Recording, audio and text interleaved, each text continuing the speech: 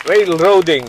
Yan po ang gustong gawin ni Senator Francis Tolentino sa impeachment trial ni Sara Duterte. Kamusta po kayo, mga Kapinoy? Magandang umaga, tanghali, hapon, gabi. Kahit saan parte ng mundo kayo ngayon na andon, ngayon po ay araw ng Lunes at June 9. Okay? Sa ngayon, habang tayo nag-uusap, ay naglalaban pa rin po sa Senado kung itutuloy o i-convene na ang impeachment o hindi. Pero wag po muna yan ang ating pag-usapan. Ang pag-usapan natin ay itong gusto gawin ni Senator Tolentino dito sa impeachment trial ni Sara Duterte. At nagbigay po siya ng proposed timeline for a 19-day expedited impeachment trial kung saan binibigyan niya ng mga dates ang mga stages ng impeachment trial.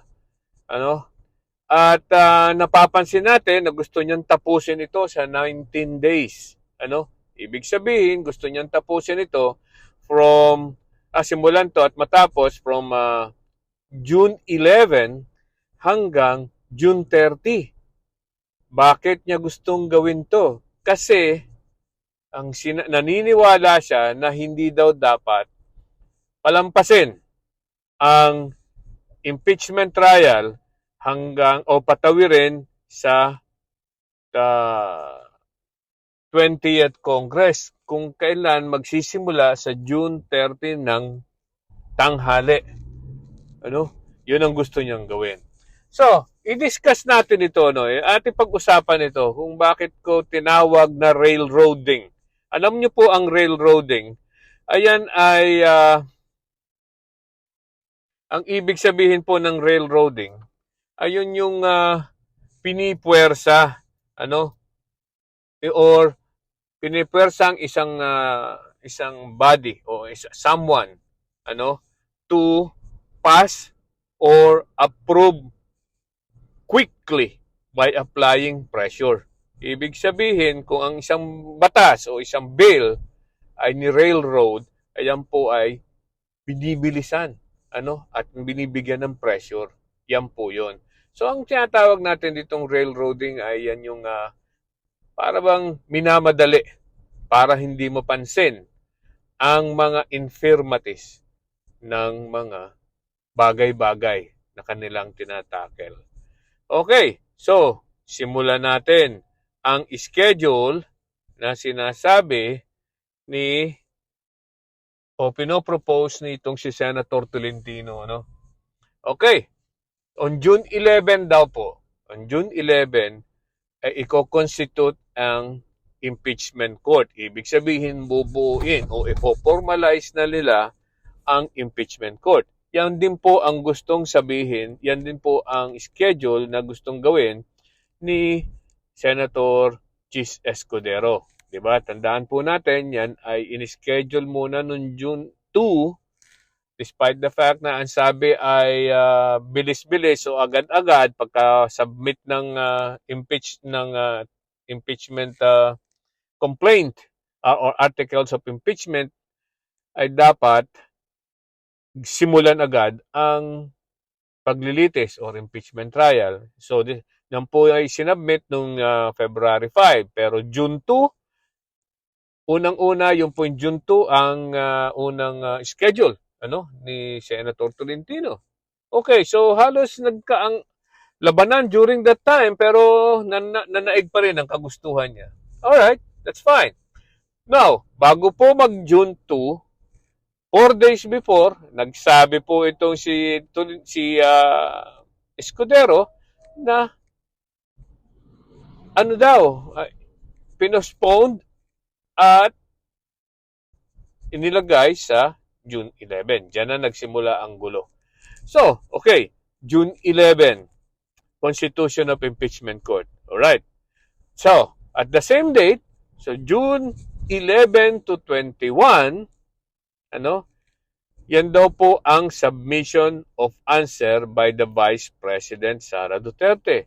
So, okay, tama. Ganun lang po naman talaga yon. 10 araw ibigyan ang tawag dito, ang Senado o ang kabilang partido ang bibigyan ang partido ni Sara Duterte na sumagot doon po sa complaint, articles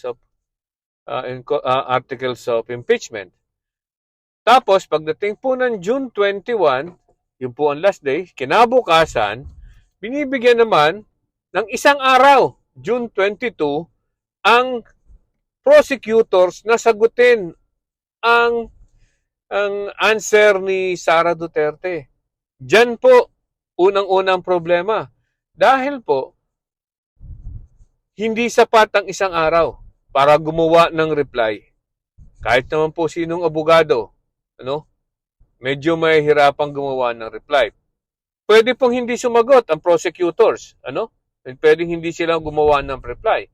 Pero, pag meron pong bago o new matters na inallege itong si Sara Duterte or kampo ni Sara Duterte sa kanilang answer, ay kailangan pong mag-research uli ng mga prosecutor at mag-file ng reply. Yan po ang tinatawag na kailangang bigyan ng sapat na panahon ang prosecutor, ang kabilang parte, ng araw. Usually po yan ay mga 5 days. Pag hindi po impeachment yan sa court, parang 10 days din. Pero, I might be wrong. Pero dito po, pwede na po ang 5 days, Considering the fact na marami naman po magre-research. Pero, yung in one day, imposible pong magawa. Okay? So, isa na yan, So, pagkatapos daw ng June 22, sa June 23, morning, magsasubmit ng trial briefs. Ano yung trial briefs? Ayan po yung mga plano. Plano na isubmit kung ano yung gagawin sa proceeding, sa impeachment proceeding. Again, in one day or even half day, wala pa sigurong 4 hours to. Kasi sabi nila, morning submission of trial briefs.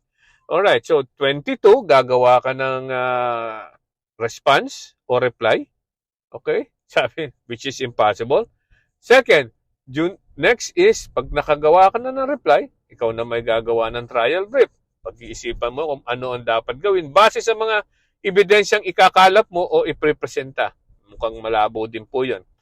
At sa afternoon daw po ay opening statements. Okay, opening statements, maaaring wala yan or alam nyo naman yan, pabulaklak. Pero yan po ay pitong articles of impeachment. Ay, napakahirap pong napakadami po dyan at napakarami po ang gagawin diyan. Hindi po matatapos ng kalahating araw yan. Alright? June 24 to 25. 2 araw, presentation of evidence by the prosecution. Ito ang talaga pong napakatindi ang pagre-railroad. Kung mangyayari ito. 24 to 25. Alam niyo po, ang mga ebidensya na isasubmit dito, karamihan naman alam na natin, pero kailangan pa rin po na ipresenta ang mga testigo.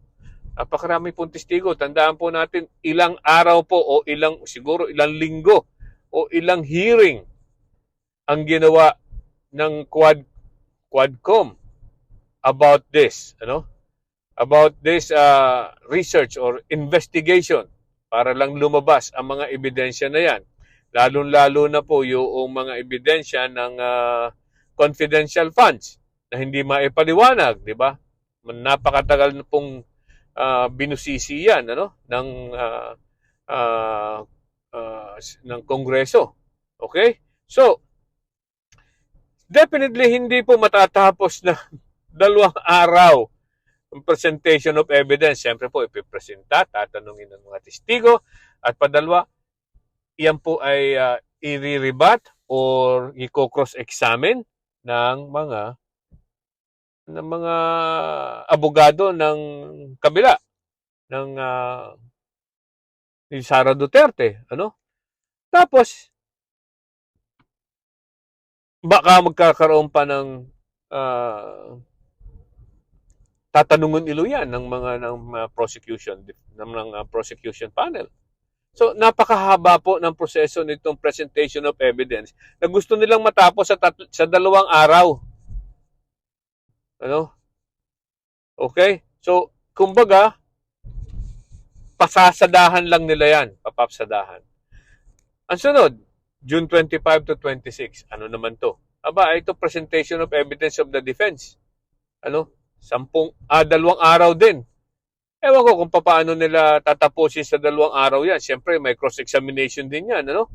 Kung may testigo man sila. So, malalaman po natin, hindi po natin alam kung anong sasabihin dito ng defense. Ano, medyo sila ay very secretive. Gusto nilang itago ang depensa nila. At bulagain na lang kayo.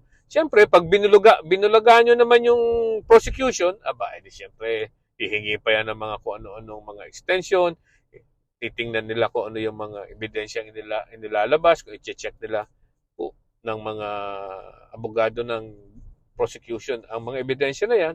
So, hindi rin po matatapos yan ng 2 araw. Believe me. June 27, rebuttal by prosecution. In the morning, padalwa, rebuttal of the defense. Paano kung meron ka na namang bagong ibigay na ebidensya ng prosecution? Nangyayari po yun pag may bagong ebidensya inilalabas ang defense. So, ito na naman. Kailangan mo na namang mag-research. Pag naglabas po sila ng ebidensya ang defense, kailangan mo na mag-research. They should be given time mag-research ang prosecution. Ano? Ganun din po ang defense. Right? Yung mga rebuttal, hindi rin po matatapos ng 1 araw yung 27. Alright? 28. June 28, oral arguments. 1 araw lang, 1 oras lang daw each prosecution.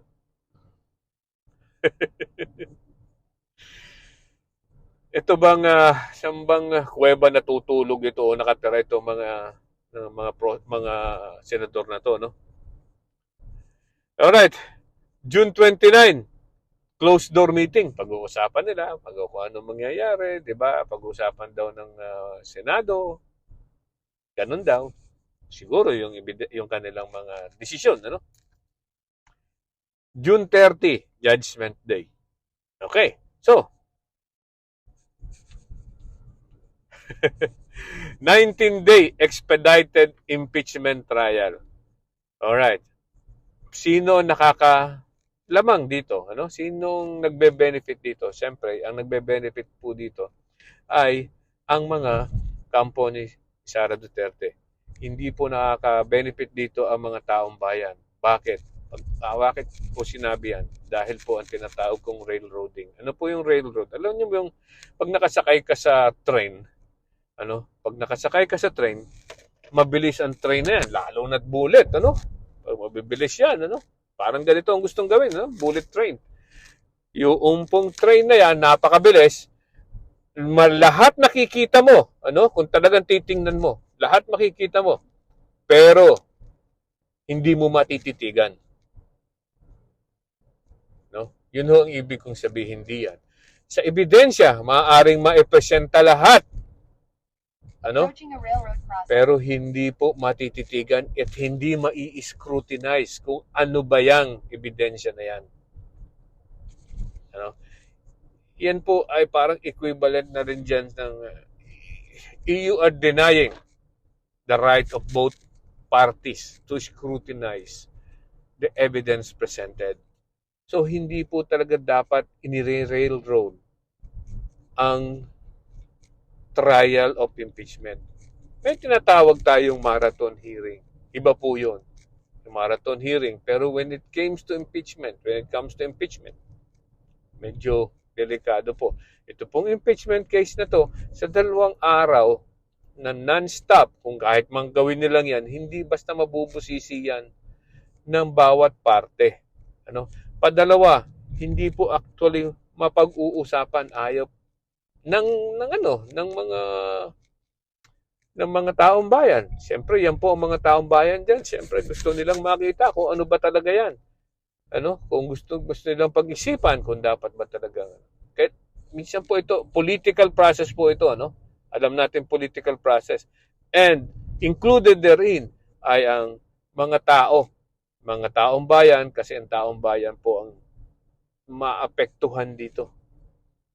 Ano? Pamumuno ng isang tao na kanilang inihalal, ay malalaman po kung talagang totoo ba o hindi ang mga inaakusa dito. Ano? Bakit ginagawa ni Senator Tolentino ito? Bakit niya gustong gawin? Bakit kaya? Ano? Bakit gusto niyang i-railroad itong impeachment trial? Gusto niya na andun pa siya, no? Gusto niya na andun pa siya. Ganong sa 20th Congress, wala na siya, no? Wala na. Ano na siya?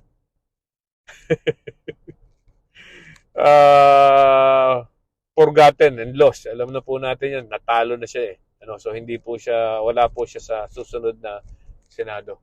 Ano? So siya po ay naandyan hanggang at 30 para mapakialaman niya at makapagpalakas siya kay Sara Duterte. Ganun lang po yan. Ano, nire-railroad niya. At para nga naman maging meron siyang na siya ay maging kapakipakinabang dito sa mga Duterte. Ano? Alam naman natin na ito ay although sumama sa alyansa, ngayon dati po yan tao ni Duterte, ano, dati din po siyang tao ni Pinoy. Alam nyo, yan yung tinatawag natin political butterfly. Ano? Wala kang dapat maasahan dyan sa taong yan. Alright? So, balita ko po, itong mga tao natin diyan, sa mga kababayan natin, ay nagsisimula ng puwersahin o i-pressure din ang Senado. Ano? Meron na rin pong mga nag-rally diyan sa atin.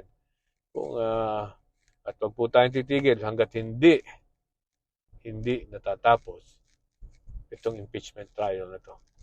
Wag po nating pabayaan ang ating karapatan at ang ating mga views ay kailangan din mailabas. Ano po?